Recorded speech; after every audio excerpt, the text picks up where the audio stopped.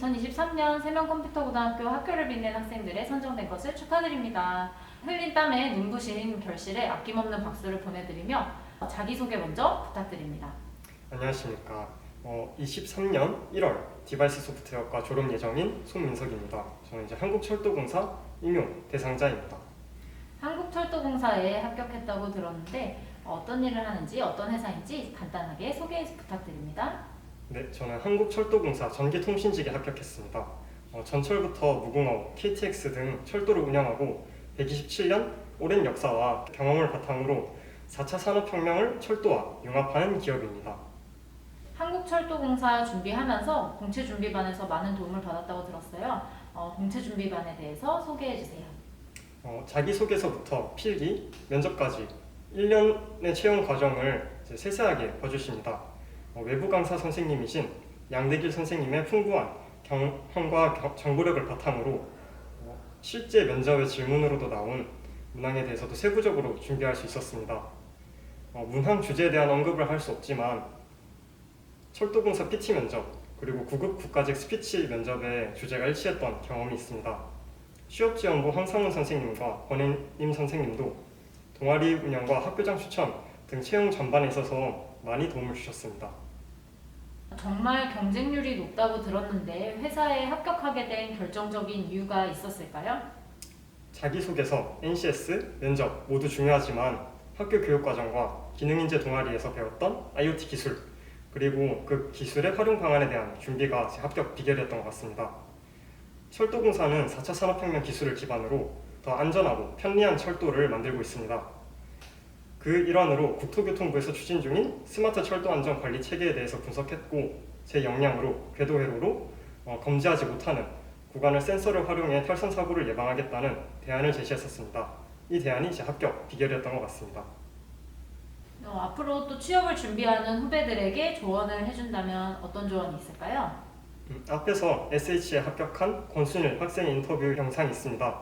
그 영상에서도 취주는 긴 호흡의 마라톤이라고 했습니다. 마지막까지 달리다 보면 결과도 없는 것 같고 지칠 때가 있습니다. 저도 철도공사 결과가 나오기 전까지 굉장히 지쳐 있었습니다. 3년 동안 먼 거리를 통학하고 잠까지 줄여가면서 공부를 한 게 물거품이 되는 느낌이었습니다. 여러분들도 나중에 취준하며 결과가 늦게 나올 수 있습니다. 걱정하지 말고 인내하다 보면 좋은 결과를 가질 수 있다는 믿음을 가지셨으면 좋겠습니다. 고등학교 때 학교 생활을 하면서 잘한 점은 무엇이었고 또 아쉬운 점은 무엇이었나요? 제가 잘한 점은 기능인재반 활동이었습니다. 선후배 간 교류가 많고 인성적, 실력적으로 뛰어난 선배님들이 있었기에 저 또한 많은 영향을 받았습니다. 학교 전공 수업보다 심화하여 기능대회를 훈련했기에 실력적인 성장을 이끌어낼 수 있었습니다. 학교에서도 기능인재반에 대한 투자가 많기 때문에 몰입할 수 있는 환경이 주어져 있습니다. 세명컴퓨터고등학교에 입학하게 된다면 기능반 활동하는 것을 저는 추천드립니다. 아쉬운 점은 3학년 때 투표를 통해서 학과 대표에 당선되었습니다. 일선 화력발전소 견학과 멘토링 프로그램 등을 기획, 진행했었지만 계획한 대로 원활한 활동이 어려웠습니다. 공기업, 공무원, 대학 모두 합격하길 바라는 개인적인 욕심에 학과 대표라는 자리에 걸맞지 못한 책임감을 보여줬던 것이 아쉽습니다. 학창시절에 가장 기억에 남는 에피소드는 무엇인가요? ESG 경영을 실천하는 기업의 맞춤형 인재가 되고자 환경과 전자를 융합한 자율동아리를 개설한 적이 있습니다. 딥러닝 자율주행 자동차와 신재생 스마트팜 프로젝트를 진행하기 위해 부원들을 모아 분업했습니다. 예산 부족 문제를 해결하기 위해 동아리 연맹에 가입해 지원금을 받기도 했습니다. 저희 동아리 담당 선생님이신 김태환 선생님의 동아리 운영에 큰 도움을 주셨고 면접에서 동아리 내용을 얘기한 덕분에 철도공사에 합격할 수 있었던 것 같습니다. 학교를 다니면서 느낀 세명컴퓨터고등학교만의 장점은 무엇인가요? 1팀 1기업 등 외부 기업과 대학과 많은 연계가 되어 있습니다. 학생들에게도 기회가 많고 욕심만 있다면 높은 성적으로 학교장 추천을 많이 가져갈 수 있습니다. 뿐만 아니라 발명대회 금상을 받는 등 수많은 수상이 가능한 분위기와 학생에 대해 시간적, 금전적, 그리고 아낌없는 투자가 가장 큰 장점인 것 같습니다. 그리고 학교에서 운영 중인 과정평가형 자격 덕분에 전문대학교를 졸업해야 취득할 수 있는 산업기사를 취득할 수 있었습니다. 고등학교 국과목 중 가장 인상 깊었던 과목과 어떤 내용을 공부했는지 소개해 주세요. 1학년 때 처음으로 배웠던 과목으로 전자회로를 꼽고 싶습니다. 소프트웨어 수업도 많지만 하드웨어에 관심을 가질 수 있는 계기가 되어 전기전자의 전문인이 될 수 있었습니다. 반도체 구조, 회로 이론, 통신 이론에 대해서 많이 배웠고 앞으로도 소프트웨어와 하드웨어를 융합할 인베디드 시스템의 기초를 배울 수 있었습니다. 혹시 다시 중3으로 돌아간다면 어떤 선택을 할 건가요?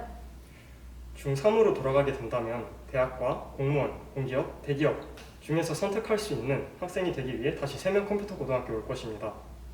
대신 가까운 곳에 집을 구하고 시간적 여유가 생긴다면 수능 공부를 같이 하고 싶습니다.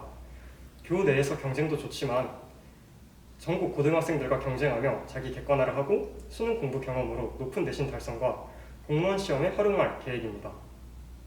그러면 특성화고 진학을 고민하는 중학교 3학년 학생들에게 꼭 해주고 싶은 말 있을까요?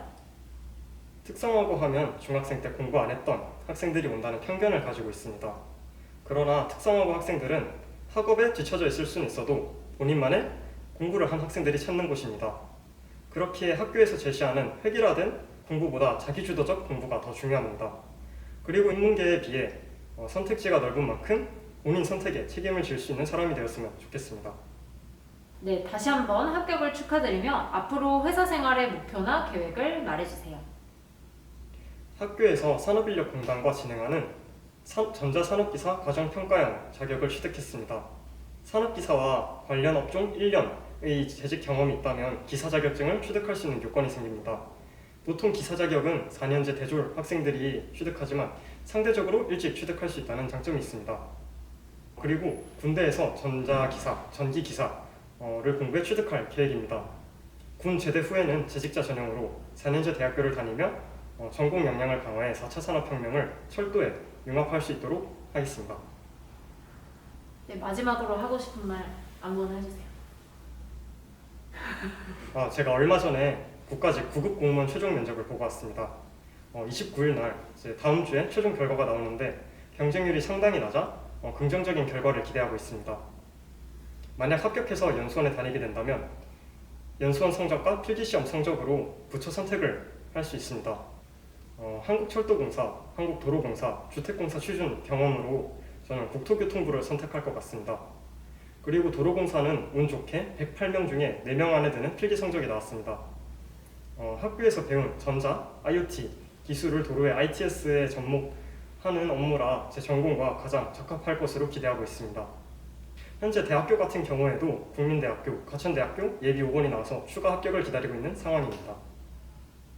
또 후배들한테 화이팅 한번 해주세요. 화이팅! 한 번 더. 화이팅!